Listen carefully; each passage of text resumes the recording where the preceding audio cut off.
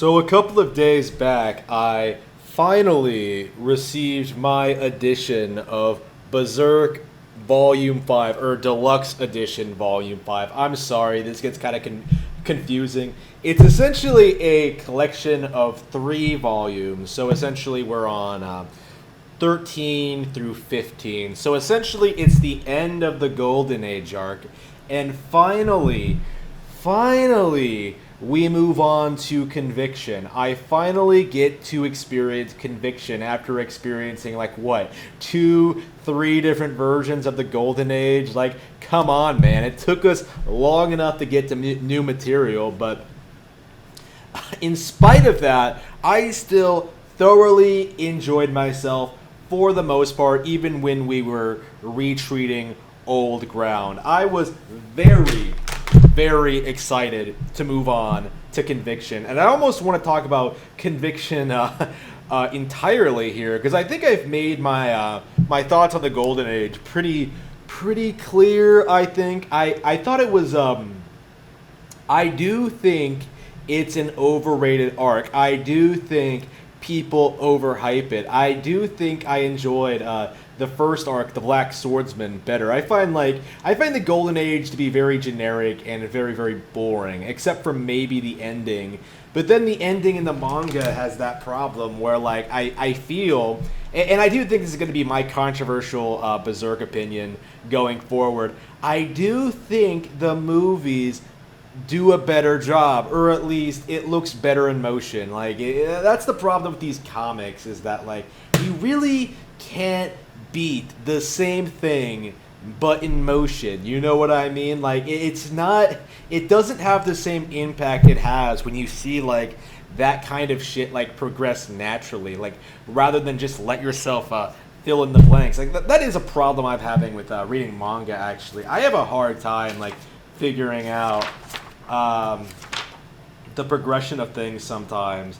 Like, sometimes I'm just like, wait a minute, am I reading this in the right order? Am I doing this incorrectly? There are a couple of moments like that. That might just be my own inexperience with manga coming through, but I really do feel like the Golden Age movies in particular, and the anime as well, they balance the original intent, right? They do a great job with the original idea while sort of expanding on it. You know what I mean? Like, I was really surprised, right, when I read the first part of the Golden Age, and I saw, like, what that feel looks like in the manga. Like, the Golden Age portrays it as this, like, gorgeous sweeping landscape, right? The movie just portrays this as this like this big sweeping open landscape. You know, just pure beautiful open fields and hills, right?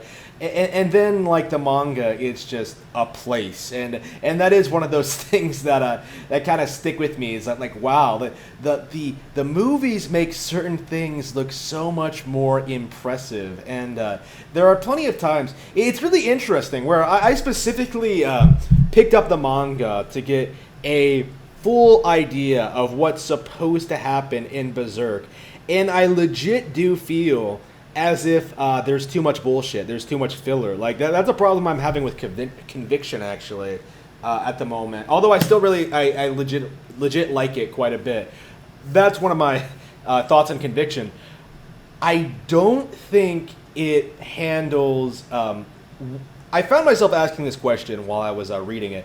What does this have to do with the overall story of Berserk? It's just about a kid who stumbles across a Baelet and turns into an elf, apparently, and then does, fucks with people with that power. Like, that's basically all that happened. Like, I suppose it's still kind of interesting in, like, the grand scheme of things, because it's like, okay, this is how Baelets sort of behave when they come into, like, just anyone's hands, right? Like, they grant your wish if you're willing to sacrifice something close to you. So supposedly, if I were to sacrifice this YouTube channel, I would become an immortal angel with godlike powers, demon-like powers. I suppose I should say, in the context of Berserk Deluxe Edition. I'm really Conviction's interesting. Again, like 90%. I don't want to say 90. Like I would say like about half of this is going over the Golden Age. The ending and stuff like that. Going through the origin story. I gotta love how it's actually volume 13 where like shit gets real. Like really, did he seriously? Is that why he padded out the whole wild shit in the last couple of volumes, like to hit that 13? It was really really bizarre to me.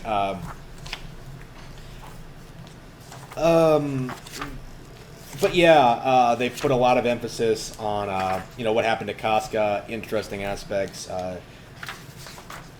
There's some situations there, like the whole Casca's demon baby thing, and I don't know what the fuck is that's about. That wasn't in no movie, but anyway, we do get to Conviction, and it's nice to actually get something that's radically different than what we've been getting after this point. Because like after experiencing like the Golden Age 3 times, I'm just like, okay, we need to move on and try something a little bit different. So in that perspective, like I'm really enjoying Conviction so far.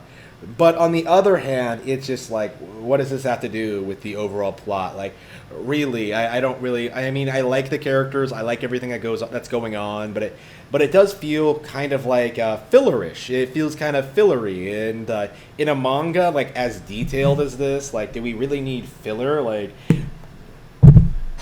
really, I don't. It's nice to get like a little bit of a different perspective with like this little girl character and her views on like war and conflict, and this manga, I've never heard anyone bring this up before, but this manga really makes me hate child abuse. I really don't like seeing Jill get fucked with in this. It really bothers me.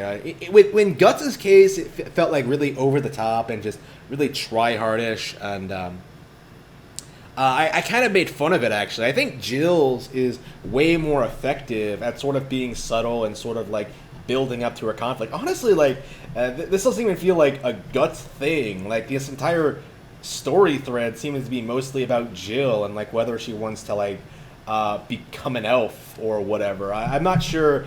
I'm not sure what exactly happens after this.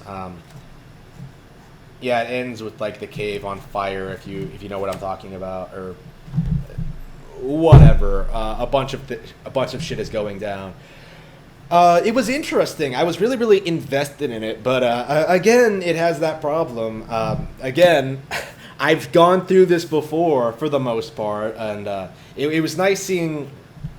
I would have liked to see more of Conviction before I can give my entire thoughts on that. Again, I just, all I can really do with this one is sort of reiterate my thoughts on like the Golden Age, or specifically how it ends.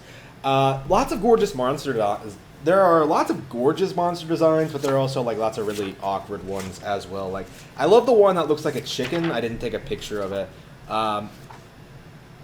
There are a lot of instances where I feel like, oof, this is.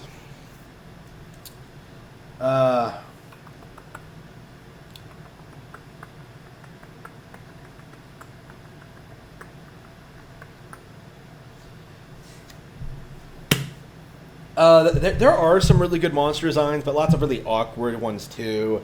I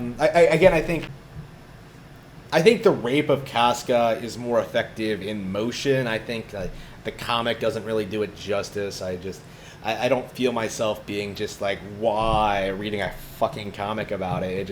It just doesn't resonate with me very well. That's my thought on it, though. That's just my opinion.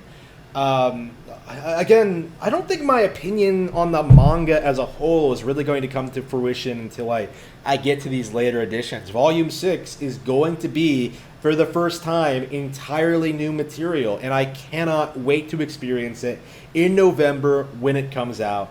I will see you all then.